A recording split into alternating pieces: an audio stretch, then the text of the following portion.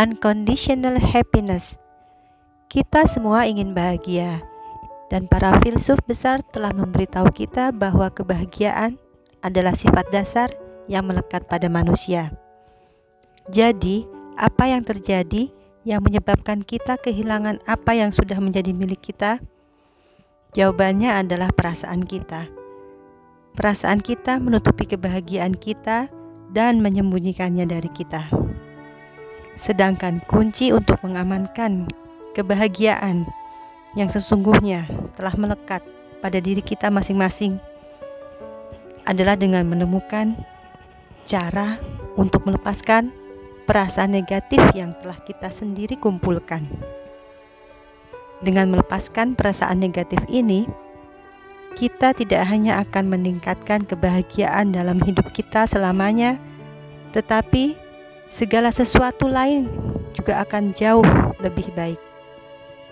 Materi, kesehatan, hubungan, penampilan, apa saja. 5 dimensi masalah yang sering diderita oleh manusia adalah fisik, emosi, finansial, hubungan, dan spiritual. Sumber penderitaannya itu sendiri berasal dari 5 hal. Yang pertama adalah menyesali masa lalu. Padahal kita ketahui bahwa kita tidak bisa menghapus dan merevisi masa lalu. Yang dapat kita lakukan adalah merubah attitude kita terhadap masa lalu dan menerimanya dengan penuh keridhaan. Yang berikutnya adalah kita tidak bisa menerima kondisi saat ini. Dan ini adalah akar dari banyak gangguan jiwa. Biasanya orang akan banyak komplain dan menyalahkan apa saja di sekelilingnya. Yang ketiga adalah mengkhawatirkan masa depan. Manusia seringkali mengkhawatirkan masa depan. Padahal, kabar baiknya, para psikolog mengatakan, berdasarkan studi, 90% dari yang dikhawatirkan manusia itu tidak terjadi. Dan ketiga sumber penderitaan ini disebut dengan trio tragik. Manusia sering berandai-andai. Seandainya begini, seandainya begitu, di mana berandai-berandai ini tidak menyelesaikan masalah sama sekali, justru membuat malah semakin menderita. Dan sumber penderitaan yang keempat adalah tidak mau memaafkan. Orang yang tidak mau memaafkan dan menyimpan dendam adalah seperti orang yang ingin meracuni orang lain, tapi racunnya diminum sendiri. Batinnya sangat menderita dan baru bisa sembuh dengan memaafkan. Bagaimana agar kita lebih mudah memaafkan? Jika kita melihat orangnya yang menyakiti hati kita, pasti kita sakit hati. Tetapi kalau kita ingat akan penciptanya, kita bisa lebih ridho lagi menerima orang tersebut.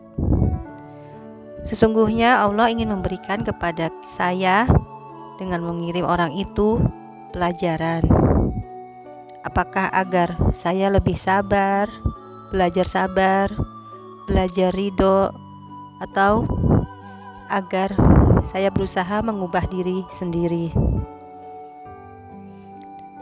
dengan mengingat bahwa kita juga ingin dimaafkan Allah, bahwa kita juga memiliki kesalahan yang banyak dan berulang-ulang terhadap Allah, dan ingin Allah memaafkan kita akan membuat hati kita lebih mudah lagi memaafkan orang lain.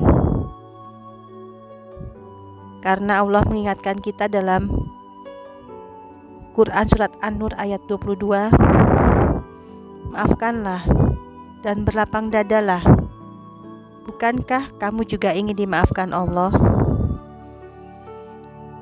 Dan sebenarnya saat ada seseorang yang membuat kita marah, Allah sedang memberi kita kesempatan untuk mendapatkan energi yang sangat besar dari orang itu. Tentunya dengan cara memaafkan dia. Sumber penderitaan yang kelima adalah meletakkan kebahagiaan di mulut orang lain. Padahal apapun yang kita lakukan akan selalu ada yang nyinyir. Ada sebuah quotes dari Mahatma Gandhi, "Nobody can hurt me without my permission." Saya tidak mengizinkan hati saya untuk sakit, saya memilih untuk memaafkan. Mahatma Gandhi, Bapak India yang disayangi oleh rakyatnya, ketika sedang bekerja sebagai lawyer di Afrika Selatan, suatu hari membeli tiket kereta first class. Dalam perjalanan, beliau diminta turun oleh petugas karena kebijakan apartheid saat itu di Afrika Selatan, yaitu hak istimewa bagi kulit putih. Tentu saja beliau protes karena beliau duduk di first class dengan membeli tiket dengan uangnya sendiri. Sampai di stasiun berikutnya, Mahatma Gandhi ditendang oleh petugas keluar dari kereta. Beliau berdiri dan berkata, "Nobody can hurt me without my permission." Terlepas dari masalah apapun yang kita hadapi masing-masing dan sumber masalahnya, sesungguhnya masalah adalah sebuah keniscayaan, sedangkan menderita adalah pilihan. Obat penawar dari 5 sumber penderitaan manusia adalah yang sering disebut dengan YKIPS: yakin, khusyuk, ikhlas, pasrah, dan syukur. Dengan berlatih 5 kondisi hati ini dapat membuat kita apapun yang terjadi tetap bahagia. Dan YKIPS inilah yang merupakan inti dari SEF atau Spiritual Emotional Freedom Technique. Oleh karenanya, sering terjadi yang disebut 1 minute wonder. Belum di tapping, baru kalimat setup sudah jauh membaik kondisinya. Yang pertama adalah menata hati kita untuk yakin. Apakah kita perlu yakin dengan teknik SEF ini? Tidak perlu. Apakah kita perlu yakin dengan sefternya atau orang yang menterapi? Juga tidak perlu. Apakah pasien perlu yakin bahwa akan sembuh? Tidak perlu juga. Tetapi kita perlu yakin dengan Allah. Dalam SEF tidak perlu percaya diri, ganti dengan percaya Allah. Makin tidak percaya diri makin bagus. Justru tidak boleh pede atau yakin bahwa sebagai sefter dirinya yang menyembuhkan. Tetapi kita harus selalu yakin bahwa Allah yang menolong, Allah yang maha menyembuh. La haula wala quwata illa billah.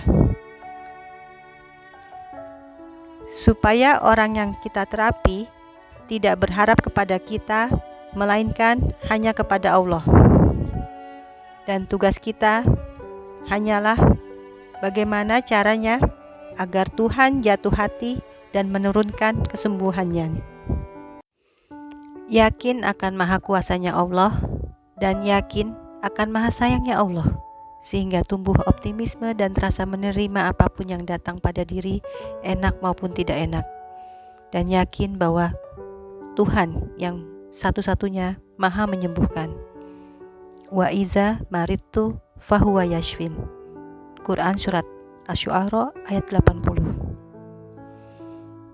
Ketika aku melihat ke belakang, aku menyadari bahwa setiap aku berpikir aku tidak mendapatkan yang kuinginkan, sesungguhnya aku sedang diarahkan ke hal yang lebih baik dari yang kuinginkan.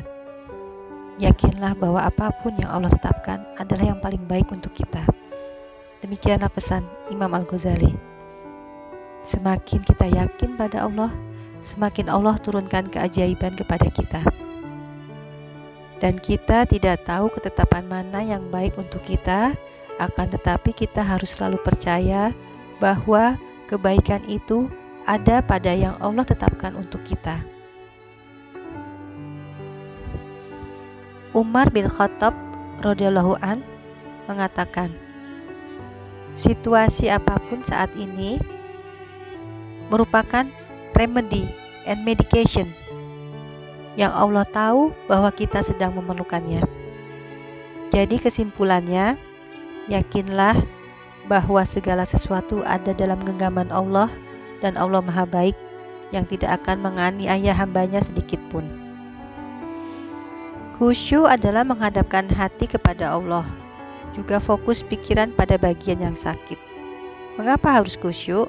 Karena semakin gelisah atau pikiran kemana-mana, semakin susah sembuh. Sebaliknya semakin tenang, khusyuk, menghadapkan pikiran akan mengurangi penderitaan. Dan karena kita sedang berdialog dengan Allah. Dalam sebuah film dokumenter di Discovery Channel, sebuah rumah sakit di Kanada melakukan eksperimen. Mereka menawarkan pasien-pasien yang mau dioperasi bedah dua pilihan. Yang pertama dibius anestesi, atau yang kedua diajari mindfulness, khusyuk.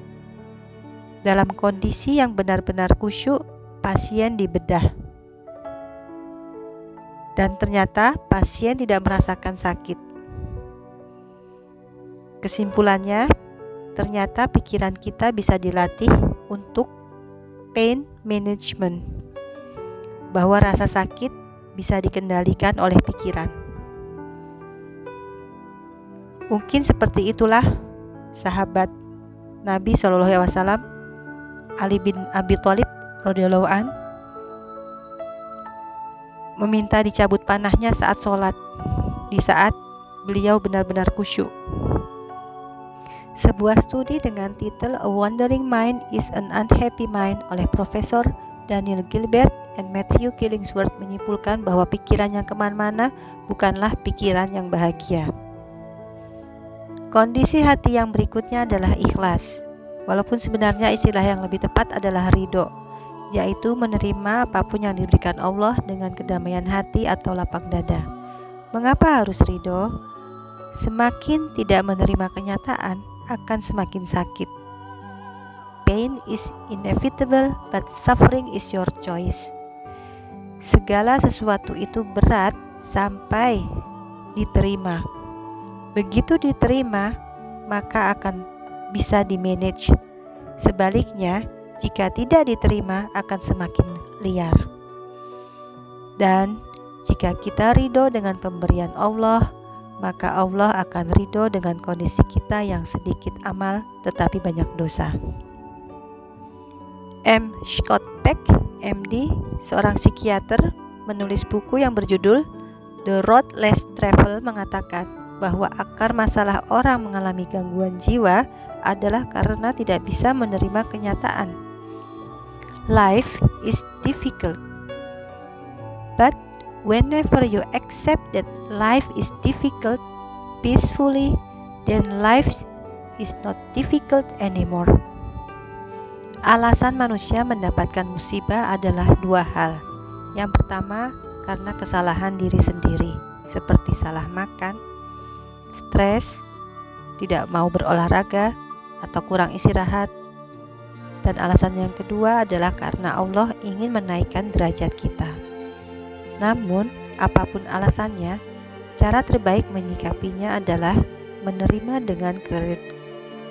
dengan keridhaan hati. Jangan komplain dan bisa melakukan tapping. Walaupun saya sakit, tapi saya ridho menerima sakit saya ini atau penderitaan batin saya ini, dan saya pasrahkan kepadamu ya Allah kesembuhan dan perbaikan hidup saya. Reaksi dari ridho adalah menerima, kemudian kita berusaha memperbaiki diri tanpa bersedih hati. Kondisi hati yang berikutnya adalah pasrah atau tawakal, yaitu kita menceburkan diri pada pilihan Tuhan, karena hanya dengannya kita menemukan kedamaian. Di momen saat itu, kita merasa diri kita melayang seperti burung yang diterbangkan oleh angin.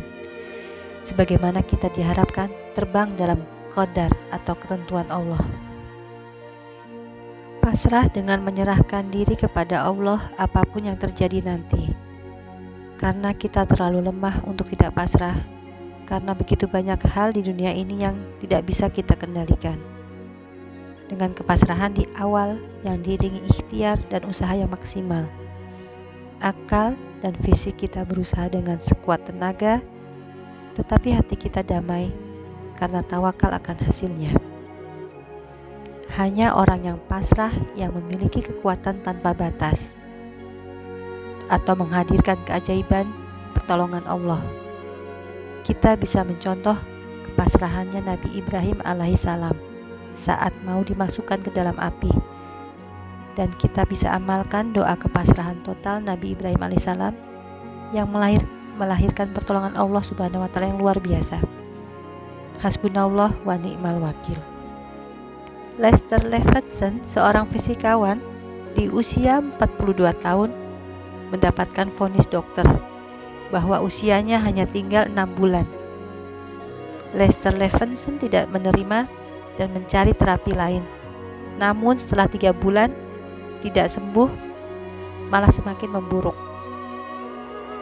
Suatu hari di kondisi yang tidak bisa berbuat apa-apa, dia merasakan kedamaian hati, lalu berdoa, "Ya Tuhan, terserah Engkau bikin saya hidup, saya terima. Engkau bikin saya mati, tidak apa-apa." Setiap pagi, Lester Levinson berdoa seperti itu,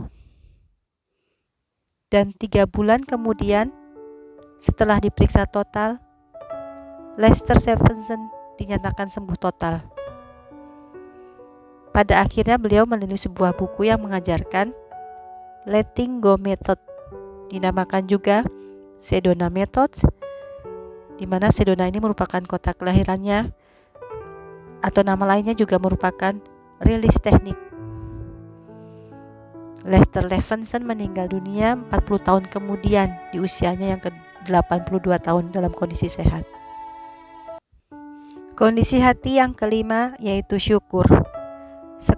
Setiap sekali putaran kita mengucapkan Alhamdulillah. Satu hal yang kita keluhkan, ada jutaan nikmat Allah yang belum kita syukuri. Semua kehidupan kita baik, namun satu masalah membuat kita mengeluh. Dan mungkin ini yang membuat Allah kecewa. Di dalam sholat pun kita dicontohkan untuk 5 kali bersyukur dan sekali berdoa. Begitu kita bersyukur, maka keajaiban akan datang. Dan kita tidak perlu risau dengan yang belum didapatkan. Tapi risaulah karena kita belum mensyukuri yang sudah ada. Allah telah berjanji, "Sesungguhnya jika kalian bersyukur, niscaya aku akan menambah nikmat kepadamu." Untuk menuju kondisi hati yang yakin, khusyuk, ikhlas, pasrah, dan syukur ini adalah latihannya. Untuk itulah kita mengikuti program Healing Happiness Coaching. Saya pribadi masih berusaha terus melatih diri menata hati untuk meraih kebahagiaan terdalam tanpa syarat atau unconditional happiness yang didambakan oleh semua orang, walaupun sesungguhnya melekat pada diri masing-masing.